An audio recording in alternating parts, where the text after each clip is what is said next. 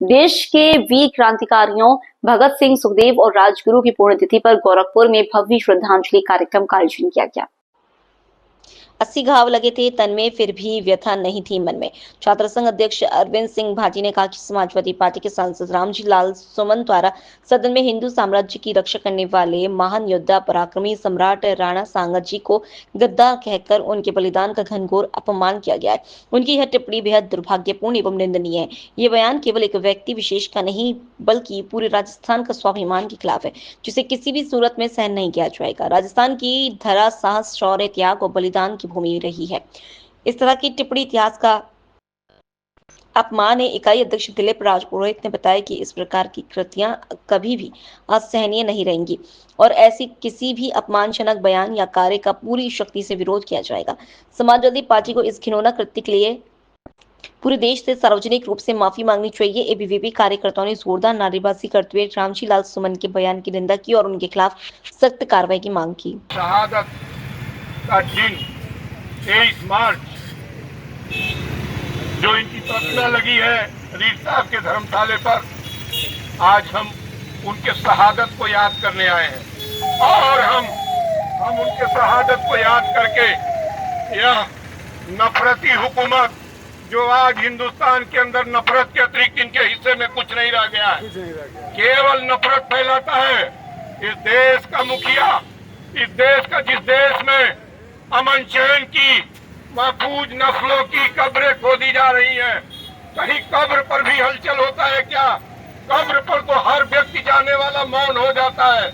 दुनिया के किसी भी कब्र से भी इसको इतना भय लग रहा है। इन नस्लों को कब्र पर एक नफरती को, हिंदुस्तान की नफरती सत्ता के व्यक्ति को आज कब्र से नफरत हो गया है, कब्र खोदी जा रही है। और मैं कहता हूं कि मुझे भगत सिंह का हिंदुस्तान चाहिए जो मुसलमान के बिना नहीं बन सकता था, जो मुसलमान के बिना हिंदुस्तान की कल्पना कर ही नहीं सकते। कौन करेगा हिंदुस्तान की कल्पना मुसलमान के बिना? है कोई नफरती करने वाला? और मुझे बता दे, जब आजादी की जंग लड़ी, 1857 की जंग छिड़ी हुई थी और उस जंग में, उस 1857 के जंग में बरेली में वक्त खां की तलवार फिरंगी हुकूमत से बाज रही थी। वक्त खां के सामने कोई टिकने वाला नहीं था। फिरंगी हुकूमत वक्त खां से लड़ने को, वक्त खां से नहीं हार रही थी और वक्त खां ने जमुना पार करके 11 मई 1857 को जमुना पार कर दिल्ली में प्रवेश किए। मेरठ की सेनाएं दिल्ली में प्रवेश की और दिल्ली में कोहराम मच गया। दिल्ली सहित सारे अंग्रेजों में कोहराम मचा और रेजिडेंट जो लाल किले में अंग्रेजी रेजिडेंट था घबरा सा गया और चारों तरफ से तलवारें बजने लगी थी दिल्ली के अंदर। और तलवार किसकी बज रही थी? वक्त खां दिल्ली का नेता हो गया और 83 साल का बहादुर शाह जफर, जिसकी कलाइयों में ताकत नहीं थी, वो भी जग के खड़ा हो गया। हिंदुस्तान की बागडोर ले लिया और जो जंग हुई दिल्ली के अंदर वो किताबों हमारी इतिहास की पुस्तक में दर्ज है। और मैं आपको बता दूं कि दिल्ली का आंदोलन फैल गया देश के अंदर। ब्रह्मवर्त में तांत्या टोपे नाना साहब की तलवारें टकराने लगी अंग्रेजों से और वहाँ इजाजी मुल्ला था जो लंदन में विक्टोरिया से गया, समझौता कर रहा था। अकेला इतना वाइजर तेज आदमी था जो लंदन में विक्टोरिया से समझौता कर रहा था नाना साहब की पेंशन के लिए। लखनऊ में बेगम वाजिद अली की पत्नी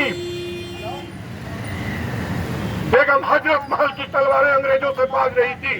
फैजाबाद में मौलवी अहमदुल्ला, उसकी वो इतना बहादुर था कि उसे नील और हुगरोज भी थर थर कांपते थे।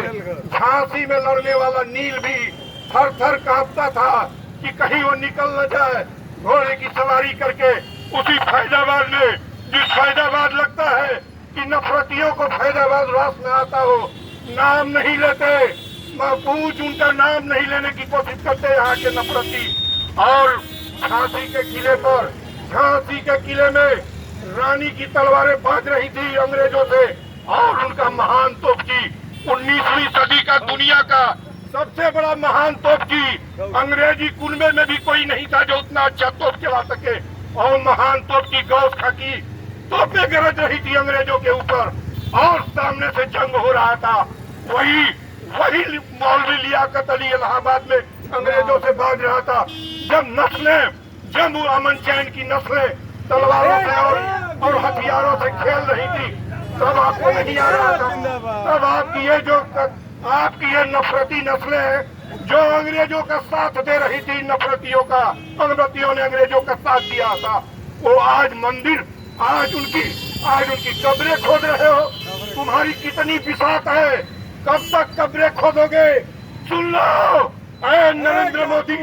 नरेंद्र मोदी को मैं कहना चाहता हूँ, इस देश के सबसे बड़े नफरती पुर्जे को कहना चाहता हूँ कि यकीन के तौर पर मान लो कि यदि दिल्ली में मैं प्रवेश किया तो तेरी हुकूमत महफूज नहीं बचेगी। या तो तुम जेल में ले जाओगे या तो तेरी तुम्हारी नफरत की हुकूमत जो केवल हिंदू मुस्लिम, केवल मंदिर कॉरिडोर और तुम जमीनों को खुदवा के न जाने किसकी तलाश करना चाहते हो। हमारी शिक्षा, चिकित्सा, रेल तूने दफन कर दिया और 80 करोड़ कंगाल हिंदुस्तान में बना दिया। है नफरत के बोलने वाले नरेंद्र मोदी, ये तुम्हारी इंटेलिजेंस अपडेट कर दे, दिल्ली तक बता दे कि पूर्वांचल गांधी जिस दिन दिल्ली में आएगा उस दिन तेरी दिल्ली को और तुम्हें दिल्ली में रहने नहीं दूंगा। यह अपनी सारी पॉलिसी बंद कर लो। जब तुम वो 2014 में जीत के सदन में गए थे तो सदन में लेट कर तूने हाथ उठाकर कहा था कि देश के सभी लोग हमारे हैं। 135 करोड़ तुमको 135 करोड़ को तुमने अपना बंधन बताया था और आज तुम्हें अब शर्म नहीं लगती? और नफरती नरेंद्र मोदी, तुम्हारे हिस्से में केवल नफरत है। नफरत से तुम सत्ता लेने लिए हो, तुम छल से सत्ता लिए हो। क्या जानने की कोशिश करो, आज उस महान शख्सियत का शहादत दिवस है जिसको मैं भारत कहता हूँ। वो भारत है, इससे कम जरा सा नहीं है। वो मुसलमान के बिना जीवित नहीं रह सकता था और जब भगत सिंह मुसलमान के बिना जीवित नहीं रह सकता है तो हम अपने आने वाली नस्लों को कहेंगे कि तुम मुसलमान के बिना नहीं जीवित रहना और लखेत दो इन नफरतियों को। और सत्ता से मैं पूरा इसी के साथ मैं ये बात समाप्त करते हुए ये कहने चाहता हूँ कि भगत सिंह को क्या चाहिए था, एक लाइन में बता दूं। भगत सिंह समाज सर की अनुमति है, मैं इसको पढ़ के सुनाने के बाद इनको सर को दूंगा। भारत का शहादत दिवस 23 मार्च महामहिम राष्ट्रपति द्वारा ज्ञापन श्रीमान आयुक्त गोरखपुर, सम्माननीय महोदया भगत सिंह सुखदेव राजगुरु को सलाम, भगत सिंह के समाजवाद को सलाम। सम्माननीय महोदया, मुझे इतनी पीड़ा होती है और मैं मरूंगा तब तक यह पीड़ा रहेगी कि जिस वायसराय हाउस का निर्माता वायसराय इरविन था, जिसे आज राष्ट्रपति भवन कहा जाता है, उसने भगत सिंह सुखदेव राजगुरु की फांसी की मुहर लगाई थी। उस वायसराय हाउस में 75 वर्षों से भारत के राष्ट्रपति रहते हैं। हिंदुस्तान की फांसी व कोड़े की पीठ पर वसूले गए पैसे से बनाए गए उस राष्ट्रपति भवन में भारत के राष्ट्रपति ऐश्वर्य और विलासिता का जीवन जीते हैं। दूसरा पैराग्राफ इस ज्ञापन का है। सम्माननीय महोदया, यह ब्रिटिश साम्राज्यवाद एवं फांसीवाद का प्रतीक है। मेरा विचार है इस राष्ट्रपति भवन में सभी क्रांतिकारी फांसी पर लटकाए गए शहीदों की तस्वीरें लगा दी जाएं।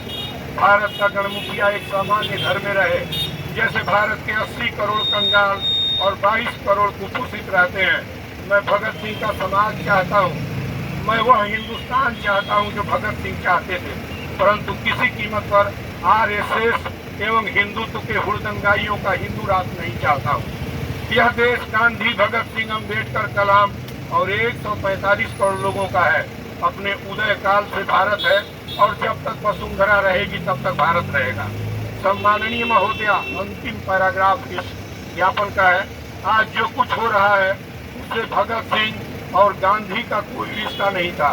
भगत सिंह, गांधी दोनों मुसलमान के बिना जीवित नहीं रह सकते थे।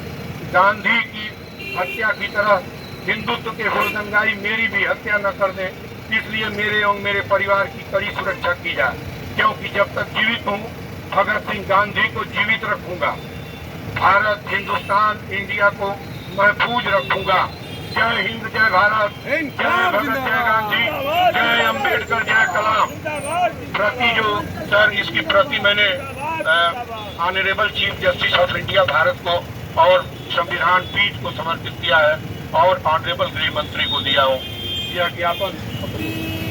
ज्ञापन मुझे सर को देते हुए बहुत हर्ष हो रहा है। यह मेरा ज्ञापन श्रीमान आयुक्त महोदय के पास तक